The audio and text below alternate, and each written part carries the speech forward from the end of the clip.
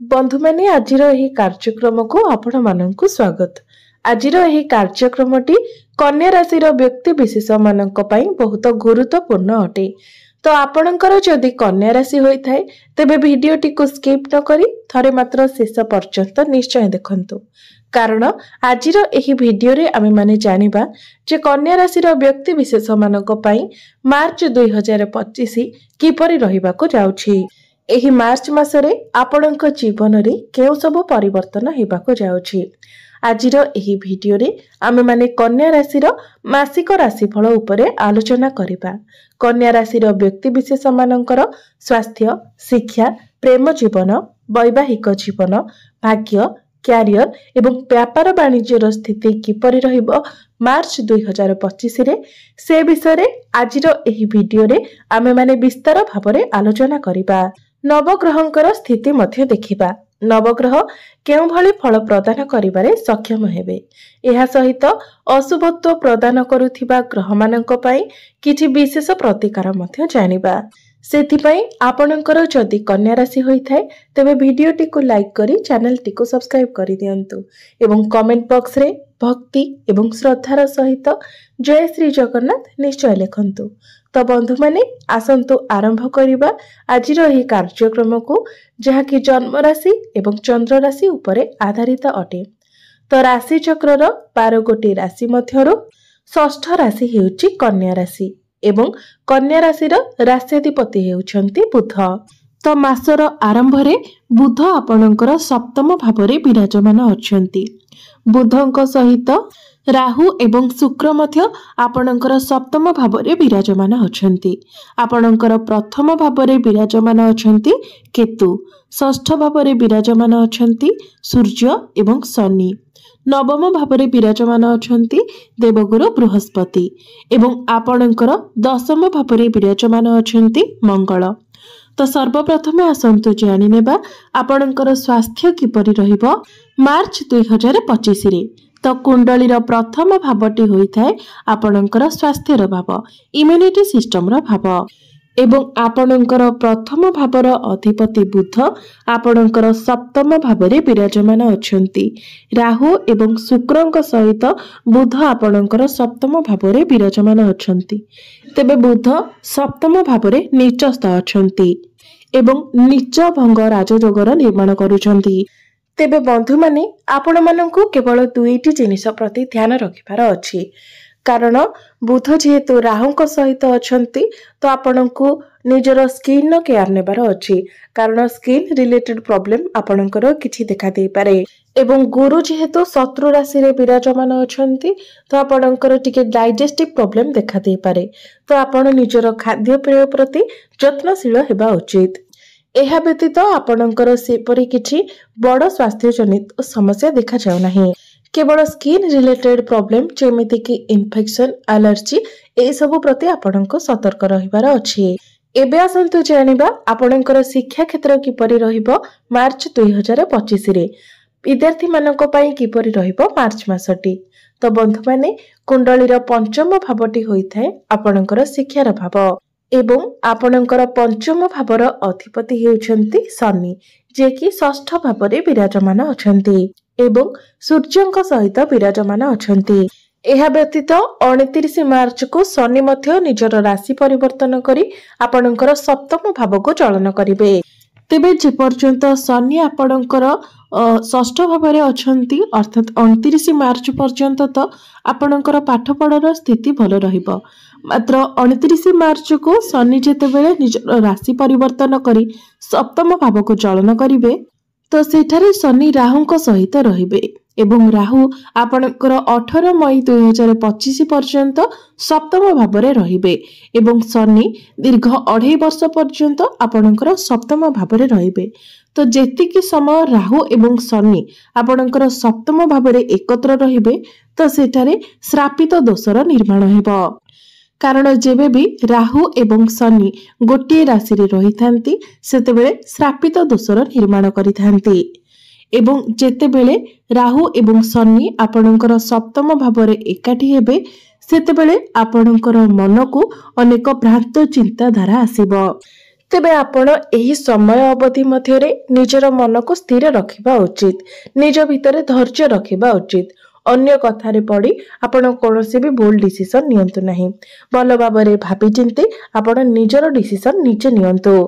एबे आसंतु जानिबा आपणकर प्रेम जीवन किपरि रहिबो मार्च 2025 रे।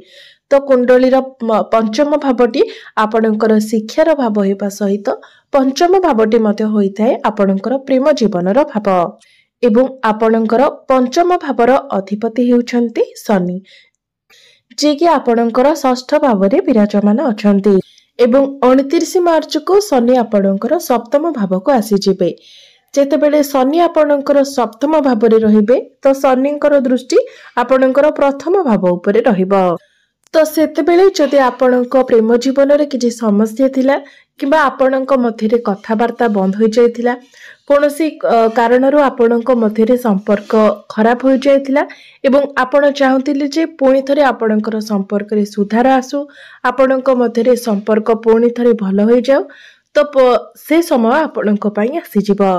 जेतेबेले शनिकर दृष्टि आपणकर प्रथम भाव उपरे पड़िबो तो आपणक मध्यरे पुणी थरे भल पाइबा बढ़िबो, आपणक मध्यरे बुझामणा ठीक ठाक होई जिवो एवं संपर्क मध्य भल रहिबो। एबे आसंतु जानिबा आपणकर वैवाहिक जीवन किपरि रहिबो मार्च 2025 रे।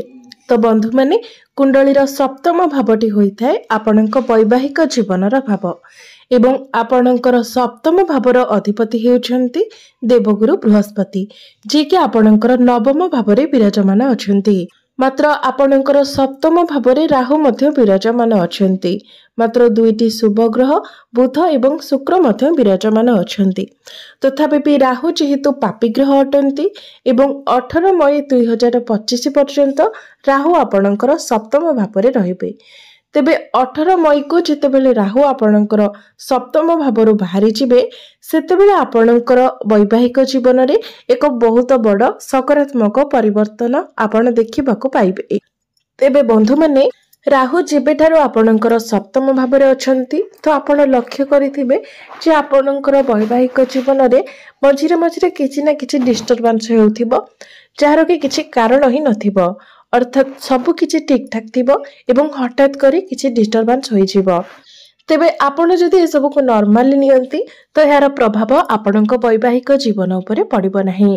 अर्थात जदि आपणक मध्यरे जुक्ति तर्क हेउछि किबा किछि भी हेउछि एवं ताको आपण नॉर्मली नेउछन्ती तो आपणकर वैवाहिक जीवन रे यार कोनोसी भी खराब प्रभाव पड़िबो नाही। तेबे जेहेतु मार्च मासरे आपणकर सप्तम भावरे शुक्र एवं बुध विराजमान अछन्ति एवं आपणकर सप्तम भावर अधिपति नवम स्थान रे विराजमान अछन्ति तो आपणकर वैवाहिक जीवन मार्च मासरे बहुत भल रहिबो। यह व्यतीत बुध एवं शुक्रंकर दृष्टि आपणकर प्रथम भाव उपरे मध्य रहुछि तो एई सब फल रे आपणकर वैवाहिक जीवन बहुत भल रहिबो। एबे आसंतु जानिबा सबठारु महत्वपूर्ण विषय वस्तु आपणकर भाग्य, क्यारियर एवं व्यापार वाणिज्यर स्थिति किपरि रहिबो मार्च 2025 रे। तो कुंडलीर नवम भावटी होइथाय आपणकर भाग्यर भाव। आपणकर नवम भावर अधिपति हेउछन्ति शुक्र, जे कि आपणकर सप्तम भावरे उच्चस्थ अछन्ति एवं भाग्यर कारक ग्रह गुरु मध्य आपणकर भाग्य स्थान रे ही विराजमान अछन्ति। तो भाग्य दृष्टि मार्च मासटी आपणक पई सर्वश्रेष्ठ रहिबो एवं जेहेतु आपणको आपणक भाग्यर संपूर्ण साथ मिलिबो तो आपण जेउ भी कार्य करिबा पई चाहुछन्ति ताको आपण बिना चिंता रे करि परिबे। आपण जदि कोनोसी बड़ कार्यर आरंभ करिबा पई चाहुछन्ति, कोनोसी इन्वेस्टमेंट करिबा पई चाहुछन्ति, किछि बड़ जिनिस आपण किणा किणी करिबा पई चाहुछन्ति, आपणकर कोनोसी मीटिंग किंबा डील रहिछि तो से सब प्रत्येक कार्य आपण मार्च मासरे करि परिबे। कोनोसी शुभ मांगलिक कार्यर मध्य आपण आयोजन करि पारंती। एबे आसंतु जानिबा आपणकर क्यारियर किपरि रहिबो मार्च 2025 रे। तो बंधु माने कुंडलीर दशम भावटी होइथाय आपणकर क्यारियर भाव। आपणक दशम भावरे विराजमान अछन्ति मंगल, तो एही मासरे आपण निजको बहुत एनर्जेटिक फील करिवे।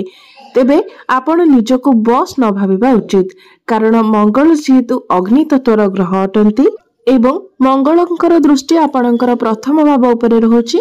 तो आपण अन्य कहा हिसाब रे कार्य करने को पसंद करेंगे नहीं, अन्य कहार कथा आपण शुणिबे नहीं।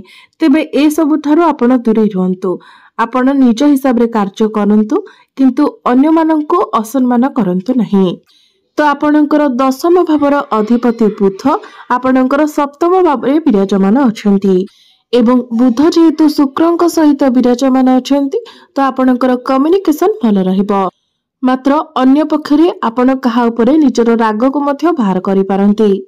तो एई सब कथार आपण ध्यान रखिबे, कारण जेहेतु मंगल आपणकर दशम भाव रे अछंती एवं मंगलंकर दृष्टि आपणकर प्रथम भाव उपरे रहउची, तो आपणक मध्यरे अधिक क्रोध आसी पारे।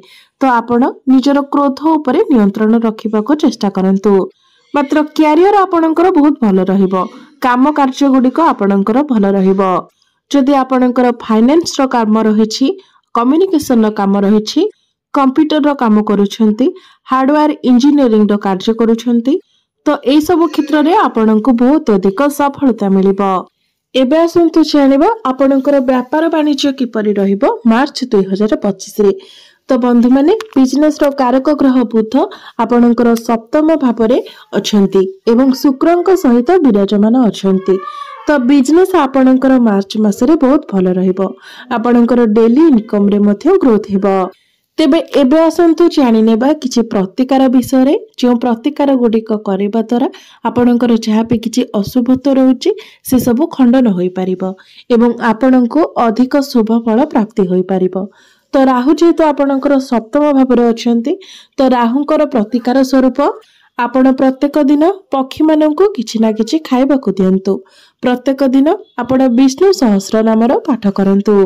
प्रत्येक दिन गायत्री मंत्रर जप करंतु एवं प्रत्येक दिन आपण हनुमान चालीसार मध्य पाठ करंतु।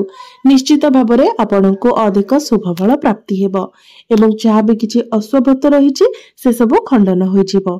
तो बंधु माने आपणकर जीवन मंगलमय हेउ, एहा ही ईश्वरंक निकटरे मोर प्रार्थना।